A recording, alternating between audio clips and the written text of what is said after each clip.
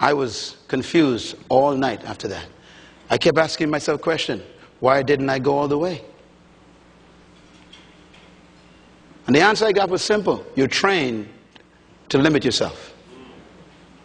Isn't it amazing that you buy a car that can travel 150 miles per hour, 180 miles per hour, and then the same country that sells the car to you puts up a sign, 50. No, you never thought about that. That's a problem. Yeah, see, Ford Motor Company makes the car to make 180, and then they make sure you only can travel 50.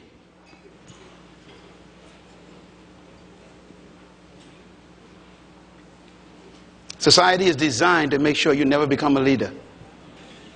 And that's why for you to become a leader in your workplace, you're going to have to break away from the traditions. Now, I want to warn you, when you decide to break the speed limit, all your enemies will wake up in the office. Every critic that you thought was your friend will suddenly come alive. Because people don't want you to leave them in their nothingness.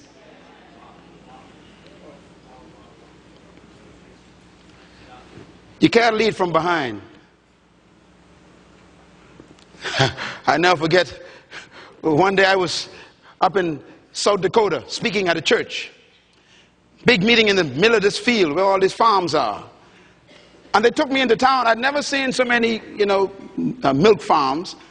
And I saw a whole herd of cows, going down the side of the road on the field. And I noticed that there was no one leading, just kind of a bunch of cows, cows kind of walking. And they were all behind each, the ones behind. And I realized that the guys behind, all they saw was hips. Anyhow, y'all are slow. See, what a way to live life, just seeing somebody's rump.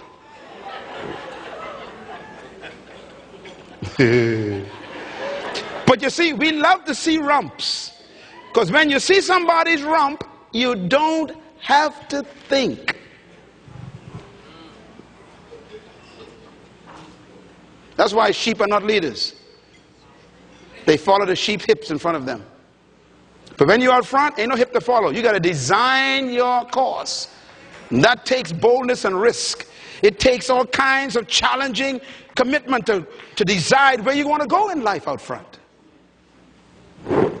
Please write this down. Having the leadership spirit means that you are naturally created to lead. But the mentality is what wakes it up. And here I am at age 13, hiding in the bush. Some of you in this room look just like that. You are powerful, but they got you in the bush. The social environment is just making you afraid to come out and take what's yours in life. I put it to you this way. There was a story of a man. His name was Caleb. Caleb was the man in the bush until he ran into his creator and his mentality was changed. And here's what Moses said, what God said to Caleb. Caleb and Joshua were the only two guys in the Bible who went to the dream that God gave the whole country. Everybody else died in the desert. And you remember Moses told a story. The story is about Moses. He told the 12 tribes to choose a leader. He took the leader and sent the 12 leaders into the land that they were going to check it out. And the text says that when they went into the land to check out the land that was already theirs according to promise, they all came back, and 10 of them told Moses that the land they saw had big giants in them. And then they also told Moses that we were like grasshoppers in their eyes. Now, they never talked to the giants to find out if that's what the giants thought about them. Let me say that slow. You missed that. They went into the land to check it out. It was already theirs. They saw some people in the land. They came back and told Moses, the people are like giants. And then they said, and we are like grasshoppers in their eyes. How did they know that? You are the way you see yourself. Do you think you're a grasshopper? The elephant actually thinks it's a meal for a cat. It was their thinking that made them not go into the land.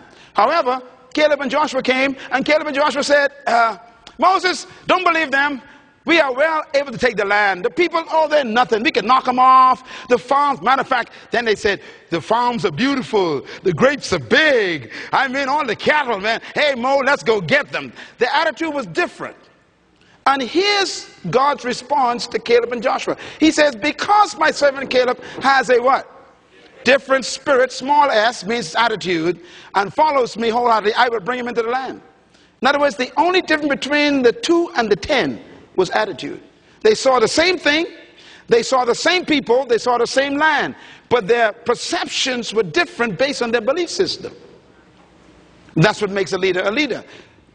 The mindset of a leader is what changes his attitude toward life and himself. Write this down. Caleb possessed the spirit of leadership, which is attitude.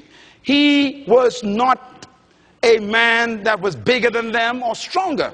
His thinking was different. And that was the only distinguishing factor that the Creator said made the difference. Read that verse again. He says the only difference was their spirit was different. And the word there means attitude. It's a small s. Now, mentality can do that to you. Look at that beast. Isn't that a proud-looking creature?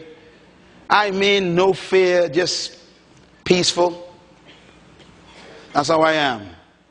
No problem. I don't feel like eating right now. Say, all of y'all are lucky, he says.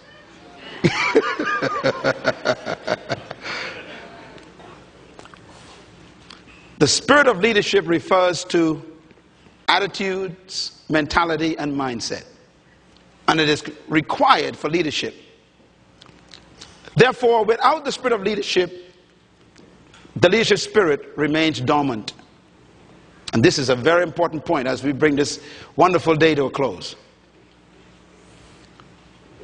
The spirit of leadership is necessary for the leadership spirit to come forth.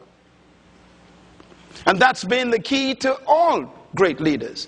And sometimes that spirit comes forth under pressure. Many leaders in history are products of circumstances that force them to think differently. That's what makes them emerge as leaders. So having the spirit of leadership means that you understand and demonstrate the mindset of a leader. All right, let me quickly, forgive me for moving so fast because I got a lot to finish here. I want you to write this list down as quickly as you possibly can. I got too much stuff for you, all right? I know. I'm loaded, man. I'm loaded. Okay. The spirit of leadership is a mindset. It dictates your motivation. It is revealed in your response to your environment. The spirit of leadership is a perception of yourself and the world. How do you see the world? The spirit of leadership is your convictions that regulate your thoughts about yourself and people. The spirit of leadership is your personal, private philosophy of life. How you think about life and yourself.